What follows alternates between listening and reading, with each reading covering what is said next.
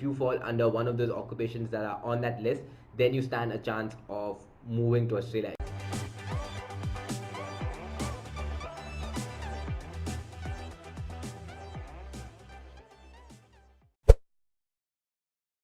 Hey guys, welcome to this video. This is Steven here, and in today's video we're going to answer a question on what are the requirements of moving to Australia.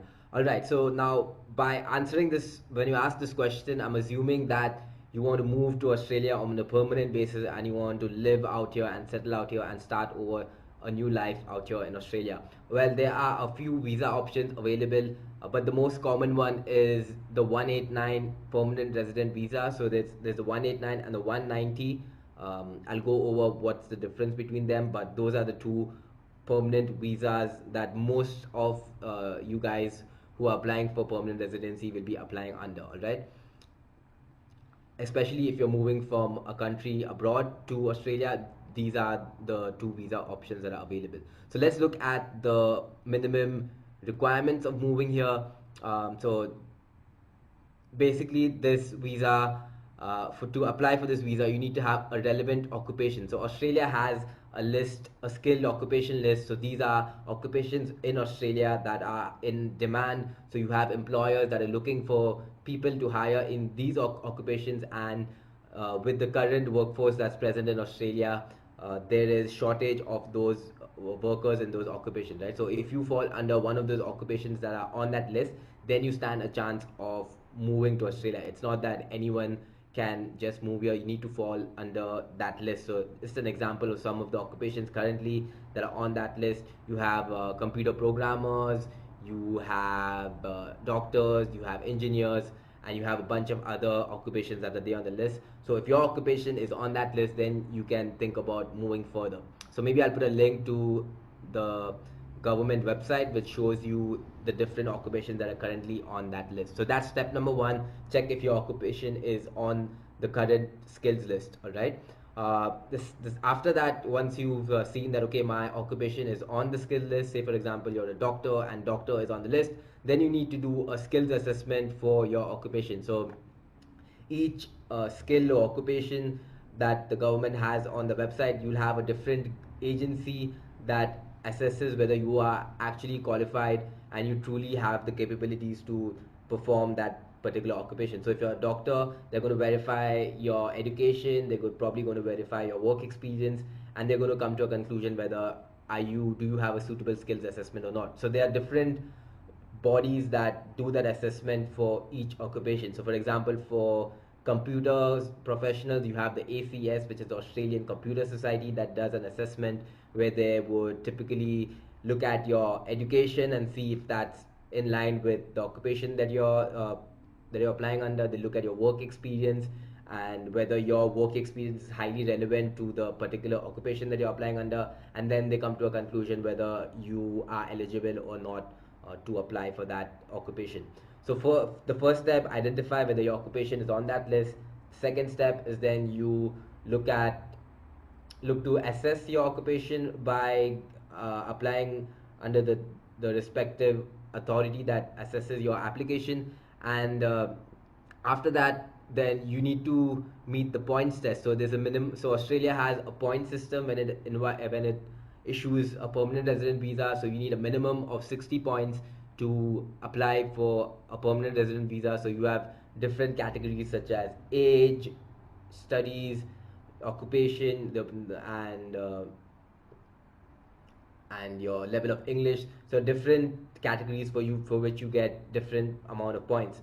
So if you fall under a particular age bracket, you might be eligible for 30 points. If you fall under if you have a certain education qualification, say you have a graduate certificate, then you get 15 points, and if you have a PhD, you get 20 points. If you have superior English, you got 20 points. So there are different ways for you to get points, and the minimum that you need to apply is 60 points. But just because you have 60 points, it doesn't mean that you will get an invitation to apply for the visa.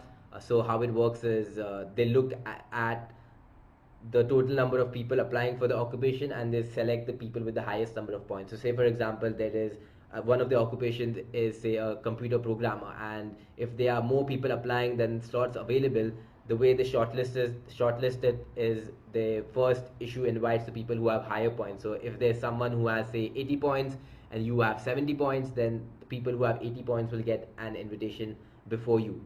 So yeah, you need to have minimum of 60 points, but obviously the higher the better. You need to be under 65 years of age at the time of the invitation. So if you're over 45 years of age, you can't apply for a permanent visa. You need to have competent English. So competent English is where you have a IELTS band 6 score or PTE band 50 score. That's competent English. And obviously the higher points you get on those English tests, the more points you will get. So competent English has 0 points towards your application, but that's like the minimum points that you have to apply. And finally, you need to be invited to apply for it. So once you have your English test, once you have decided that you have more than you have assessed your skills, once you have calculated the amount of points that you have, then you can apply for a visa. And then if your points are high enough, you may get an invite from the Australian government to apply for the final visa. So those are like the key requirements for the 189 visa, which is the permanent resident visa that most people use to move from a country outside Australia to Australia.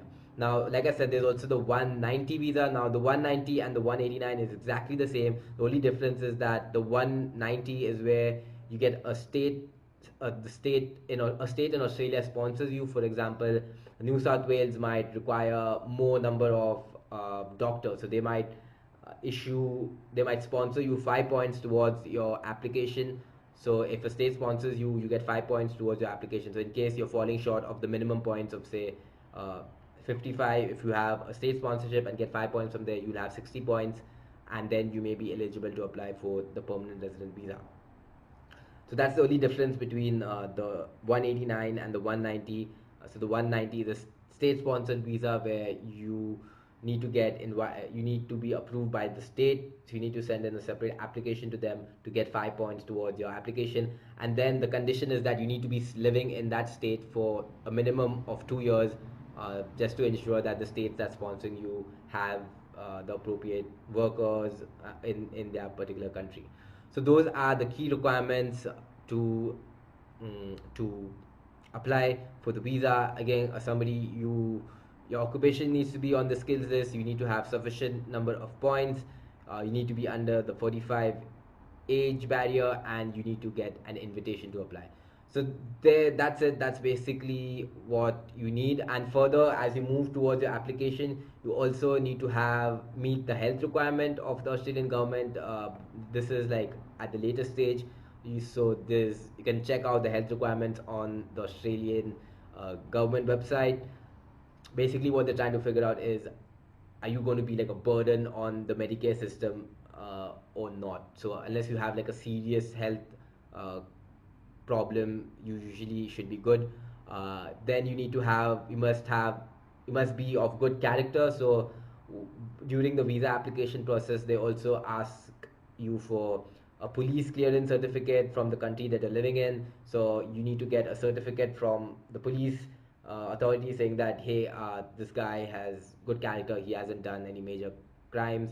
So any your police authorities in your country should be able to issue that for you.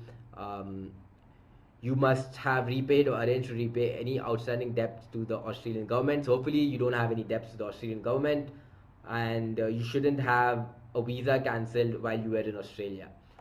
So again, the requirement, the health character, and these requirements are more like further down the line once you start your application and move a bit further towards it.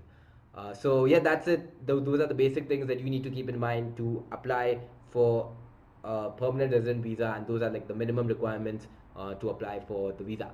Alright, that's it for this video. Thanks for watching. Hit the like button, comment, share this with anyone who you think might also be interested in moving and might find this information useful.